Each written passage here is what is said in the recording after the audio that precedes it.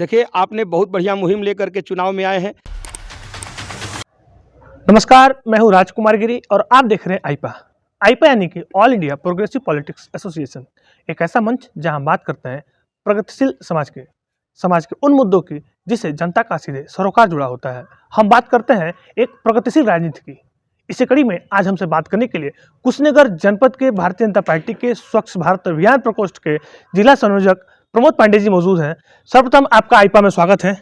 बहुत बहुत धन्यवाद। हम आपसे ये जानना चाहते हैं कि स्वच्छ भारत अभियान के आप जिला संयोजक बनाए गए हैं, लेकिन यह वास्तव में चूंकि कुशीनगर जनपद जो है बॉर्डर पर, बिहार के बॉर्डर पर स्थित है और मोदी का ड्रीम प्रोजेक्ट है स्वच्छ भारत अभियान, तो यह अभियान कुशीनगर जनपद में कितना फलीभूत हो रहा है?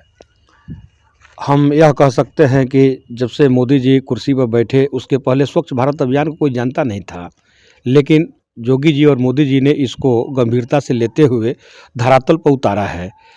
हर जगहों पर झाड़ू, चाहे सांसद हो, विधायक हो, सब लोग कार्यकर्ता है, सामाजिक संगठनें हैं। हर जगह, चाहे कचहरी हो, चाहे न्यायालय हो, चाहे रोडवेज हो, चाहे गांव का सार्वजनिक स्थान हो, बच्चे तक इस समय मोदी जी का नाम लेकर के जब मोदी झाड़ू लगाते हैं तो आज पूरे प्रदेश नहीं, देश में सारे लोग स्वच्छता पर ध्यान दे रहे हैं। बच्चे साफ़ सुथरा कपड़ा पहन रहे हैं, विद्यालयों में पार्क बन रहे हैं, ग्राम सभाओं में पार्क बन रहा है, बढ़िया बेंच लग रहे हैं। स्वच्छ भारत अभियान के तहत आज गंगा की सफाई हो रही है, नहरों के किनारे जितने वो है सबकी सफाई हो रही है, चौराहे है साफ़ सुथरे, कूड़ादान हर जगह रखा जा रहा है, ग्राम सभाओं में उसके लिए अतिरिक्त बजट आ रहा है। कायाकल्प योजना के तहत हर विद्यालयों में सरकार भरपूर पैसा दे रही है, उस पर कंप्यूटर लग रहे हैं। यह सारे स्वच्छ भारत अभियान के तहत आता है। यहाँ तक कि हर बच्चों के लिए एक ड्रेस अनिवार्य कर दिया गया है, उसका पैसा आ रहा है।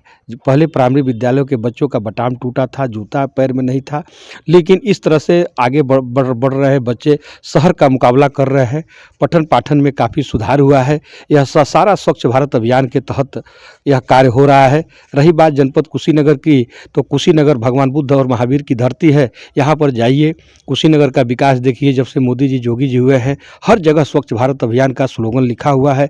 वहाँ पर बच्चे और बच्चियों का फोटो लगा हुआ है, जिसको बच्चे जब जाते हैं पर्यटक स्थल के रूप में देखते हैं तो उनके मन में भी एक आशा जगती है कि हम भी स्वच्छ रहें, हमारा गांव भी स्वच्छ रहे, हमारा समाज भी स्वच्छ रहे।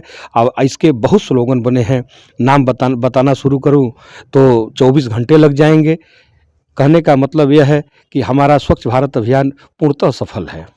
आपने कहा कि स्वच्छ भारत अभियान पूर्णतः सफल है, लेकिन हम अगर गांव में जाते हैं तो आज भी इस स्वच्छ भारत अभियान के तहत जो शौचालय बने हैं वो टूटे पड़े हैं।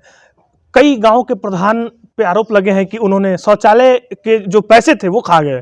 तो ऐसे में कहीं ना कहीं ये आरोप है और ये स्वच्छ भारत अभियान को धरातल पर न उतरने का अगर उसमें कोई कमियां हैं तो यह इसका बड़ा उदाहरण है। तो इस पर क्या कहेंगे आप? देखिए, उसमें हम लोगों की भी कहीं न कहीं कमजोरी है, क्योंकि प्रधान भी राजनीतिक व्यक्ति है, इस नाते हम लोग बहुत कड़ी कार्रवाई नहीं कर सकते हैं। अब हम भी क्षेत्र में निकलेंगे, जहां इस तरह की शिकायतें मिलेंगी, सीधे एफआईआर दर्ज करेंगे। कम से कम 2 दर्जन से अधिक सेक्रेटरी, सचिव और प्रधान जेल के अंदर निरुद्ध हैं। समाजवादी पार्टी की सरकार में जब केंद्र से पैसा आता था तो उन्होंने स्वच्छ भारत अभियान के तहत जो शौचालय बन रहे थे उसको कमाने का जरिया बना लिए थे। जगह जगह प्रधान उस समय ज़मीन खरीद रहे थे, अपना रोजगार का साधन बना लिए थे। लेकिन धीरे धीरे जब योगी जी की सरकार आई तो बढ़िया फाटक लगने लगा, बढ़िया शौचालय का बनने लगा, बढ़िया उसको दूसरा रूप दिया गया। इस समय जो बन रहे हैं, गांव-गांव में आप स्वयं जाएंगे देखेंगे तो निश्चित तौर पर आपको मिलेगा कि समाजवादी पार्टी की सरकार जो थी उसमें जो शौचालय बना है और योगी जी की सरकार में उस स्वच्छ भारत अभियान के तहत जो शौचालय बन रहे हैं, निश्चित तौर पर आप स्वयं अंतर पाएंगे। हम अगर आपने स्वच्छ भारत अभियान का उदाहरण दिया और आपने बताया कि किस प्रकार से यहाँ स्वच्छ भारत अभियान फलीभूत हो रहा है। अभी इस समय उत्तर प्रदेश विधानसभा चुनाव है। चुनाव की सरगर्मी प्रदेश में हर जगह है। 2 चरणों का चुनाव, आज दूसरे चरण का चुनाव संपन्न हुआ है। 6वें चरण में कुशीनगर जनपद में चुनाव होना है। आप फाजिलनगर विधानसभा से आते हैं। फाजिलनगर विधानसभा वीआईपी सीट माना जा रहा है क्योंकि यहाँ से समाजवादी पार्टी से स्वामी प्रसाद मौर्य चुनाव लड़ रहे हैं। आप भारतीय जनता पार्टी कार्यकर्ता भी हैं, तो आप उनको किस नज़र से देखते हैं? इस विधानसभा में उनकी क्या स्थिति होगी? विधानसभा में स्थिति मौर्य ही समझ गए हैं क्या होने वाली है, इस नाते कि मौर्य जी के चेहरे से रौनक गायब है। आज जाके मज़ारों पर गिर रहे हैं, चादर चढ़ा रहे हैं। आज के पहले सभी मुसलमानों को गाली दे रहे थे, अभी बस्ती में गए थे, खुलेआम मुसलमानों को गाली दिए। भारतीय जनता पार्टी कभी मुसलमानों को गाली नहीं दिया है, यही मौर्य जी आकर के मुसलमानों को गाली दिए। जब बसपा से निकले तो हरिजनों के गाली दिए, मायावती जी को उल्टा सीधा किए।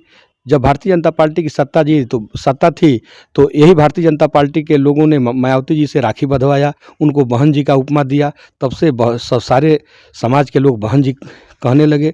देखिए, भारतीय जनता पार्टी सर्व समाज की पार्टी हो गई है, सबका साथ सबका विकास लेकर के चल रही है। हमारे ही गांव में चाहे मुसलमान हो चाहे हिंदू हो, सबका बेटी की शादी में पैसा मिला है, सामूहिक विवाह में पैसा मिला है। इस तरह से फ्री का राशन मिल रहा है। मौर्य जी को देखा नहीं गया, वह धन हड़पना चाहते थे। सामूहिक विवाह का जो पैसा था वो कमीशन के लेना चाहते थे, लेकिन भाजपा का नियम है, न खाएगी न खाने देगी। मौर्य जी घोटालाबाज आदमी हैं, एक जगह नहीं रहना चाहते हैं। अब विकास तो 1 रुपया का नहीं जानते हैं, गुंडों को लेकर के लाव लश्कर के साथ चल रहे हैं। इलियास अंसारी को अभी उन्होंने कहा है, इलियास अंसारी की मौर्य जी हमको जान मारने की धमकी दिए हैं। तो हम लोगों की लड़ाई मौर्य इससे कहीं है ही नहीं है। एक अदना सा आदमी स्वच्छ गंगा जैसे पवित्र व्यक्ति जो घर पर रह करके चुनाव जीत जाते हैं, 10 साल विधायक रहे, कोई भी आरोप नहीं लगा। उनके पुत्र पढ़े लिखे व्यक्ति हैं, भूगोल के प्रवक्ता हैं। उनके सामने, उनके लड़के के सामने मौर्य जी इतनी चिंतित हो गए हैं। अगर मौर्य जी चुनाव लड़ना चाहते हैं, कहते हैं कि मैं पिछड़ी जात का नेता हूं, तो क्यों नहीं चुनाव लड़ गए सूर्य प्रताप शाही के खिलाफ? क्यों नहीं चुनाव लड़ गए पीएन पाठक के खिलाफ जीत करके गए? क्यों नहीं चुनाव लड़ गए वहाँ पर सौरही से? आज एक पिछड़ी की हक मारने के लिए आए हैं, वो भी कुशवाहा जात से आते हैं, पिछड़े समाज से आते हैं। तो आज एक पिछड़ी की हत्या करने के लिए आज एकदम व्याकुल हो गए हैं। जब मल्लूडी में एक कुशवाहा की लड़की की बलात्कार करके हत्या होती है समाजवादी पार्टी की सरकार में, उस समय मौर्य जी कहाँ थे? यही भारतीय जनता पार्टी के हम लोग कार्यकर्ता जाके सड़क की जाम किए और एफआईआर दर्ज करा करके गुंडों को सलाखे के पीछे किए। उस समय मौर्य जी कहाँ थे? जब पटरौना में सन 2007 में जब दंगा हुआ तो हमारे जैसे लोग रासुका के अंदर निरुद्ध थे।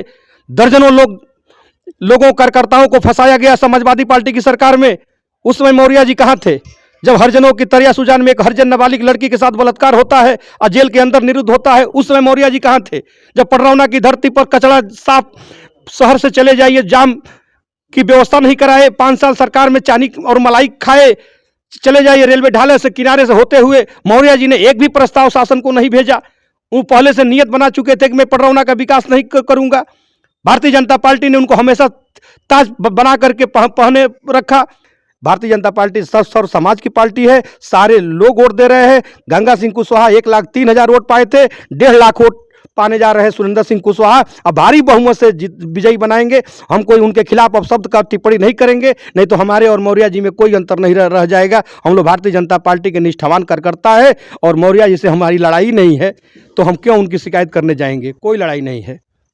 हम अगर आपसे बात करें एक कुशल राजनीति की, राजनीति तो सभी करते हैं, राजनीति करने का तरीका अलग होता है।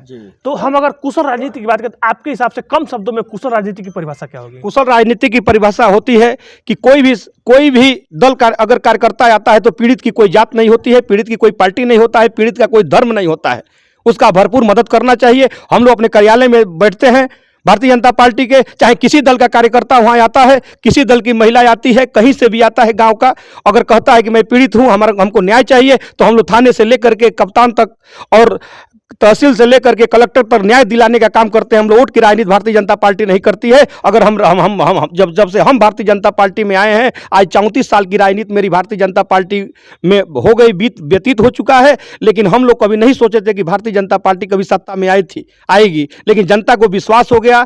और राम मंदिर निर्माण में भाजपा ने कहा था कि राम मंदिर निर्माण हम कराएंगे, तो हम डेट भी बताए, मंदिर भी बनवाए, 370 भी समाप्त किए। जो भी मेरा एजेंडा था हमने पूरा किया। हमने अंत्योदय को पूरा किया, हमने दीनदयाल उपाध्याय जी के सपनों को पूरा किया कि गरीबी के अंतिम व्यक्ति तक हम सारा राशन से लेकर के, तेल से लेकर के, नमक से लेकर के हर चीज की व्यवस्था उसके, जब तक उसके दुख में हम लोग तब तक खड़े रहेंगे जब तक उसका दुख सुख में नहीं परिवर्तन हो जाता है, तब तक हम उसके साथ खड़े रहेंगे और कंधा से कंधा मिलाकर चलेंगे, चाहे समाज का कोई भी जात हो।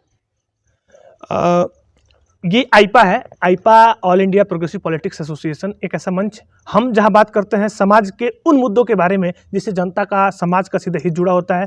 हम इसमें जनता से उन व्यक्तित्व से रूबरू कराते हैं जो समाज हित के लिए आगे आते हैं। इसी क्रम में आज हमने आपसे बात किया था, तो आप आईपा के इस मुहिम को क्या कहेंगे? देखिए, आपने बहुत बढ़िया मुहिम लेकर के चुनाव में आए हैं। आज हमको आपने हर तरह से घेरने का प्रयास किया, हर तरह से हमारी बातों को आपने सुना। आप जितना सवाल प्रश्न पूछेंगे उतना हम बताएंगे, लेकिन जो आपने यह कार्यक्रम लेकर के चला है, निश्चित तौर पर यह कार्यक्रम आज पूरा लोग देखेंगे। आपके कार्यक्रम से मैं स्वयं बहुत प्रभावित हूँ, जनता भी बहुत प्रभावित है, और इस कार्यक्रम और इस योजना को मैं आभार व्यक्त करता हूँ कि यह तरक्की करे और जगह-जगह जनता के बातों को, पूरे जनता के बातों को समझाए, जनता के बीच में रहे। ये बहुत-बहुत आभार, बहुत-बहुत धन्यवाद। हम बात कर रहे थे प्रमोद पांडे जी से। ये भारतीय जनता पार्टी के एक कद्दावर नेता हैं और इन्होंने बताया कि किस प्रकार से आज मोदी का जो सपना है स्वच्छ भारत अभियान, वो धरातल पे आ रहा है, और साथ ही इन्होंने बताया कि भारतीय जनता पार्टी की भूमिका इस चुनाव में क्या है। इसी कड़ी में हम अगले जनप्रतिनिधि से बात करेंगे और आपको बताएंगे जनता को लेकर उनका क्या व्यू है। देखते रहिए आईपा। नमस्कार।